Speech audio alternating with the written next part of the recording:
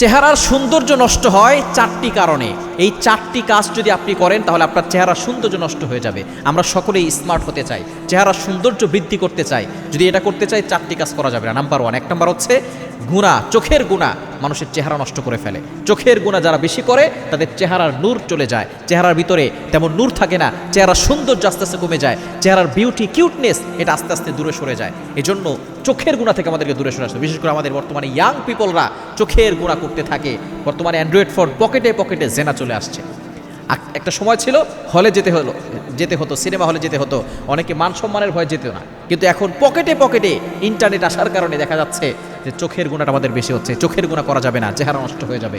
Number two, দ্বিতীয় number হচ্ছে যাদের অতিরিক্ত রাগ করলে চেহারা নষ্ট হয়ে যায়। অতিরিক্ত রাগ এটা শয়তানের পক্ষ থেকে আসে। রাগ এটা কিন্তু শয়তানের পক্ষ থেকে আসে। দেখবেন আমরা আমাদের কাছের লোকদের সাথে রাগ করি বেশি, কিন্তু রাগ করার নিয়ম কি জানেন? মানুষের ভিতরে ভালোবাসাও আছে, রাগও আছে। আল্লাহ তাআলা নিজে বলে দিয়েছেন, নবী সাল্লাল্লাহু আলাইহি ওয়াসাল্লাম এবং তার সাহাবায়ে কেরামদের বৈশিষ্ট্য, মুহাম্মাদুর রাসূলুল্লাহ ওয়াল্লাযীনা মাআহু আশিদ্দাউ আলাল কুফফারি রুহামাউ বাইনাহুম। তারা কাফেরদের ব্যাপারে কঠোর এবং নিজেদের ব্যাপারে খুব নরম ছিলেন। এটাই হচ্ছে রাগ প্রয়োগ করার সিস্টেম, জায়গা।